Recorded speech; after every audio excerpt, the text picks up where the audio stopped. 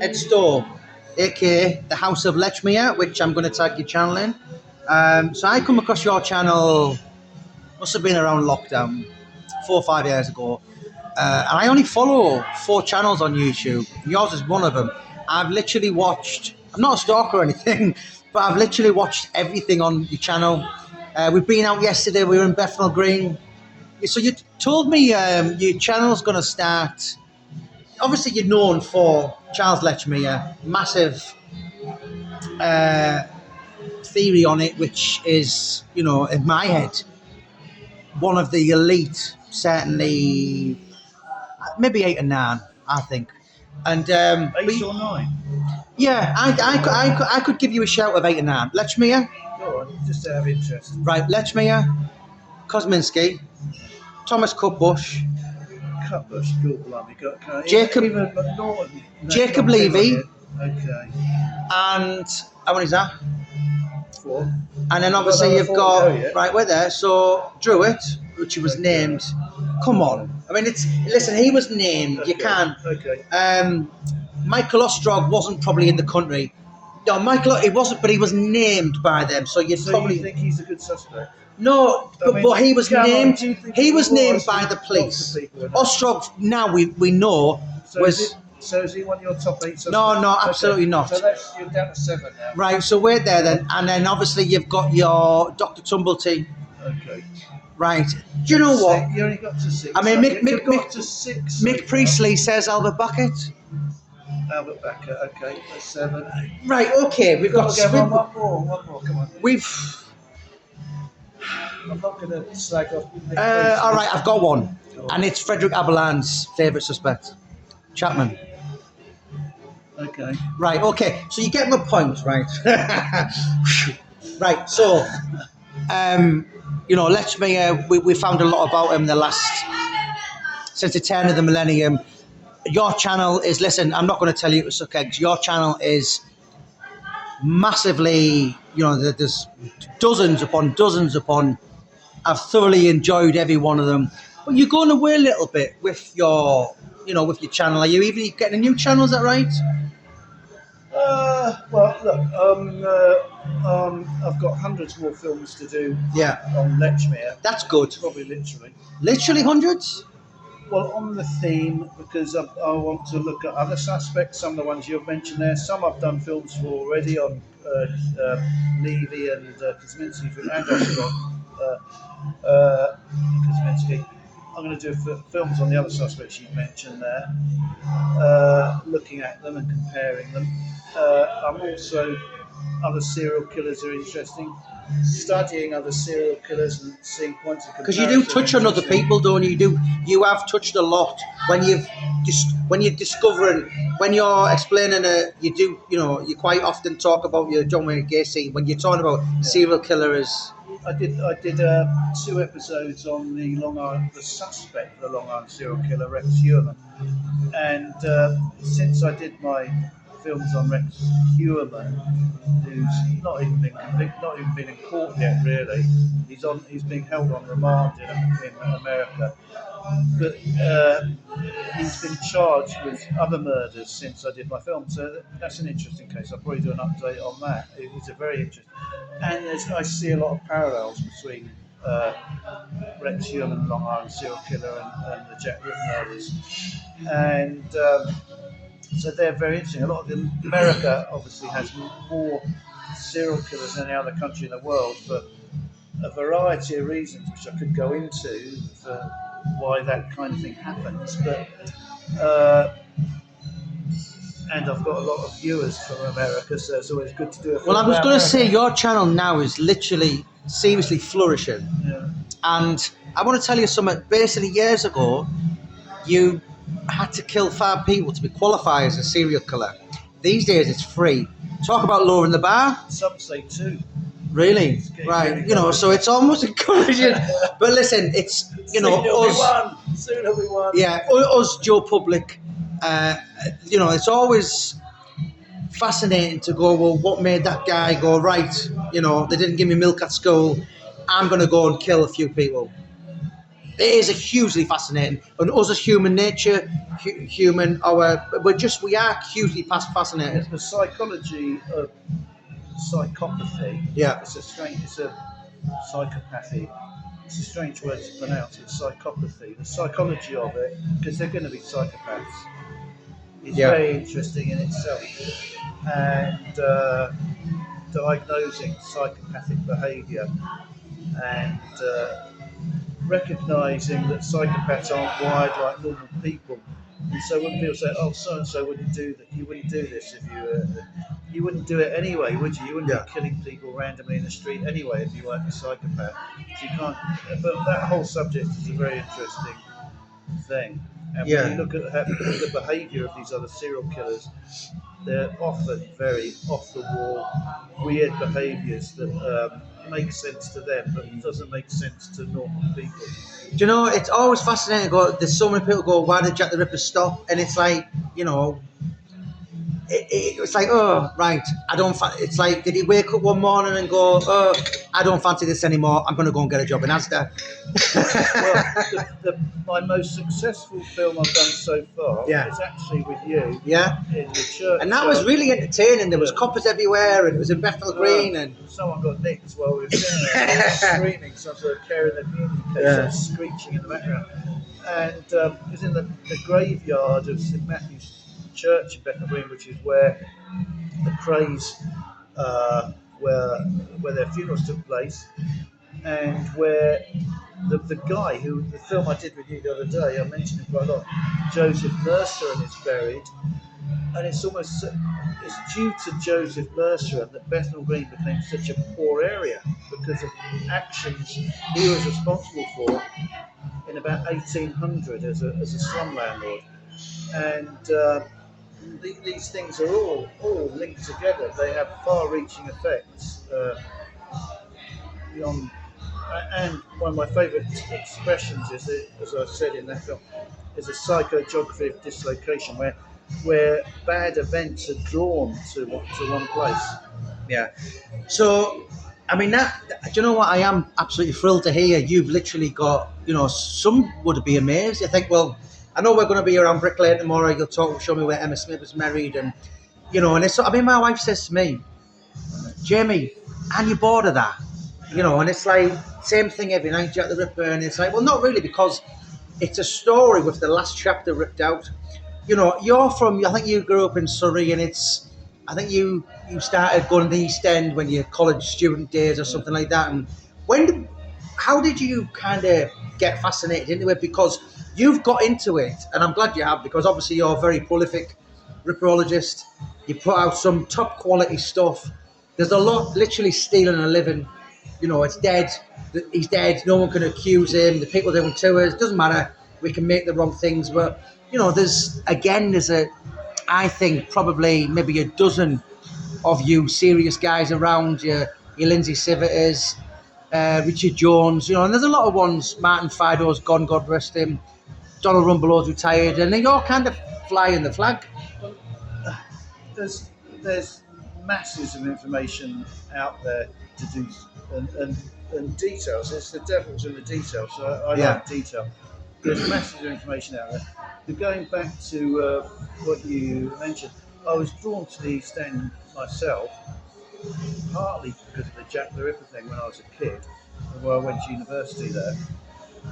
And I say it's a psychogeographic dislocation. It draws you to it. I was drawn to go to the East End, although I wasn't from there. I was actually born in St Pancras in North London. Strangely enough. Dark place.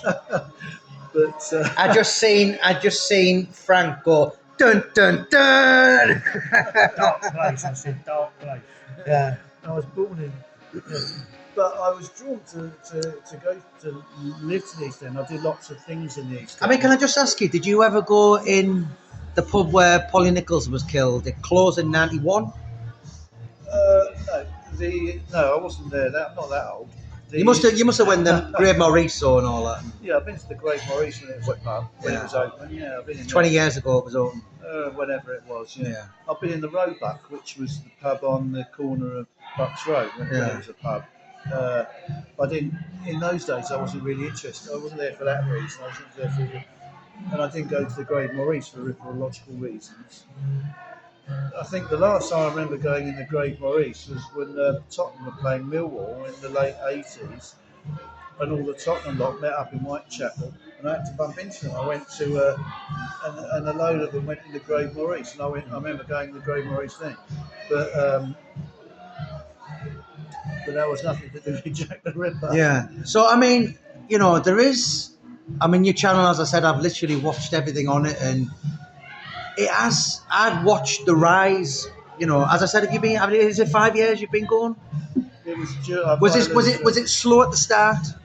Inevitably, it is. I did start during lockdown, and I probably didn't. I probably didn't think through properly then. Because you are getting good numbers now, and there's a lot of interaction. I didn't really doing a YouTube channel. You've got to be prepared for a bit of graft to get it off the ground. And I'm a niche. I'm a niche subject within. Okay, you've got true crime. You've got ripperology. I'm a particular suspect. So I'm a niche. I'm a niche subject. It's never going to be. I'm never going to have 1 million subscribers, am I? Because I'm all about Charles Letchmere. It's a science specialist. But you know, I know we had a little laugh earlier, but he is one of the serious ones. And even those, right? Even those who've got, look, have a day off. It's not Letchmere. You can place him at one of the murder scenes, which is, you can't say that about anybody else. Pretty much, no. And one of the things I'm quite proud about actually is when I got interested in Jack the Ripper, seriously, as I said, one of the reasons I went to university there was because of Jack the Ripper. But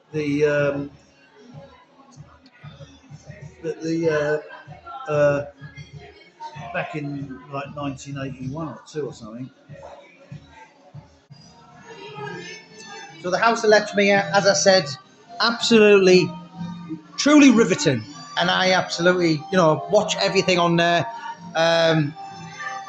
Anything that you want to kind of mention? Well, as you mentioned, I've got a few. It's my intention to start a Patreon so people can get more involved in the channel. In the near future, I've been intending to do that for months, but I just haven't had time to do it. And I've intended to start another channel at some stage in the near future.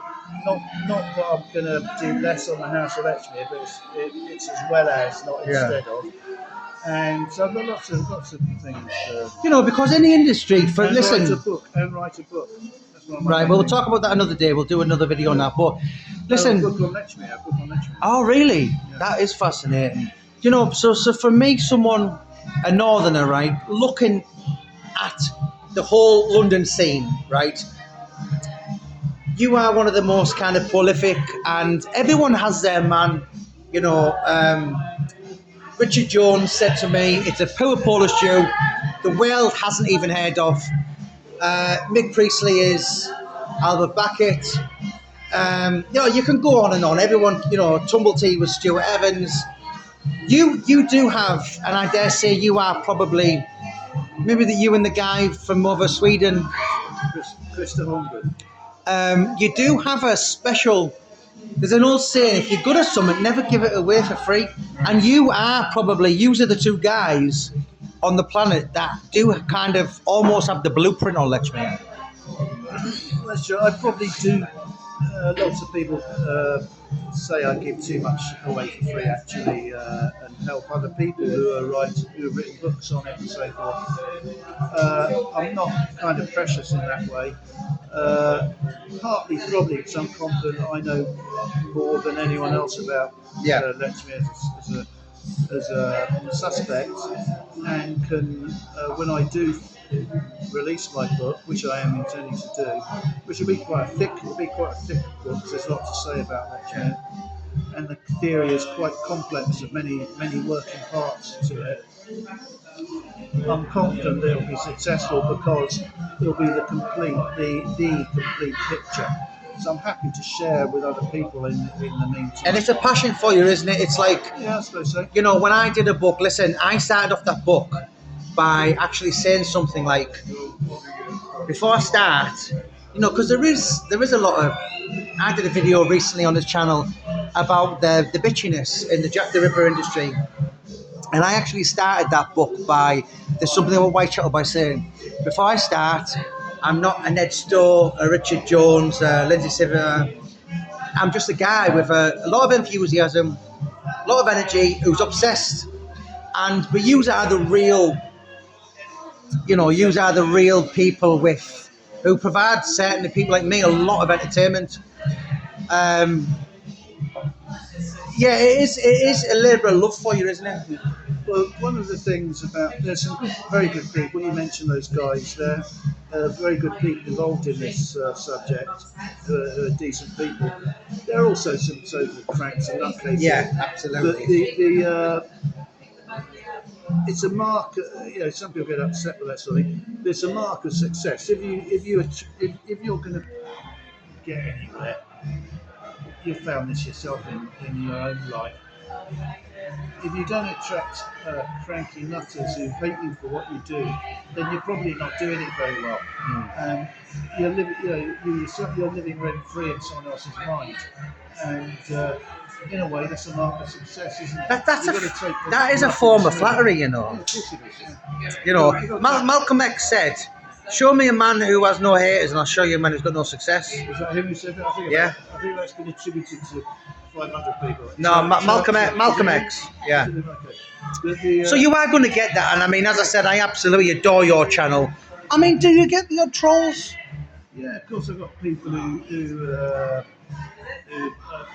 there's a smallish number of people who are totally obsessed with their hatred. But I don't, as I said, you've got to expect that. And if you didn't achieve that, anyone who's achieved anything in life would have that. So Absolutely. it's a mark of success. If I didn't have them, I'd have to invent them. So. Yeah, absolutely. Ed, always a pleasure, sir. And listen, crack on. You have provided me with so much entertainment. And it's always really knowledgeable. As I said, I've been on so many Jack the Ripper walks in the early days. I've been coming to London now for, regularly, like 4, 5, 6 times a year for probably nearly 10 years. And I've been on walks, and they're like, Mary Kelly was 23 when she died. And I'm sat thinking she was 25. And well, actually, no one really knows because no one really knows who she was. Yeah, well, yeah. There's a few other things that you could do, and I'm sat thinking, I know more than you. But yous are literally the guys with, the elite, as I like to call them, your Richard Jones, and if I sat and thought about, and there's other people like, who was that gentleman we met in the White Hart a couple of months back? Ricky Cobb. Stuart Evans has kind of gone quiet a little bit these days, and Paul Beck, who I interviewed, and obviously I interviewed you and Adam Wood, and these are the guys who I literally watch, and it's, yourself and Richard Jones, I suppose, are the most prolific. But long may it continue. Anyone who wants to follow Ed's channel, The House of Lechmere, I'm going to put it in the title to this video, and I'm also going to put it in the synopsis. Sorry, the biography, the piece, you know what I'm on about. So, Ed, any last words? No, that's fine, thank you. Always a pleasure, sir. Thank you so much. Yeah.